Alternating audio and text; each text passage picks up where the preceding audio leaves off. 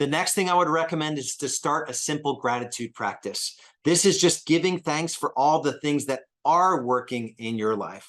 So if you're thinking that you're not achieving in your marriage, you're not achieving with your kids, or you're not where you want to be in your business or financially or physical, like rather than sort of stacking on the blame and the shame and the guilt and how you're not doing what you should be doing, simply sort of flip the script and look for the things that are awesome in your life. Start every day. Write down 3 things that you're grateful for. These could be little things. I'm grateful for a little bit of solitude this morning. I can be with my dog and I can sip on a cup of coffee. Some days are harder than others if you're going through a storm, but every day you can find 3 things that you're grateful for.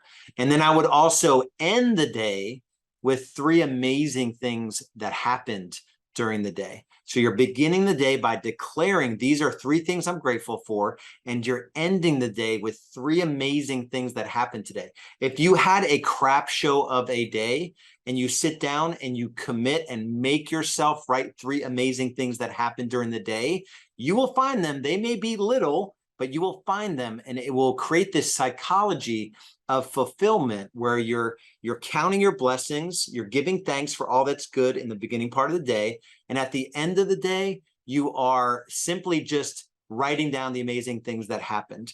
Pro tip on this one is that there's an app on your phone called 5-Minute Journal, and they also have a physical version if you're more of a sort of physical handwriting person. 5-Minute Journal, it's FIVE,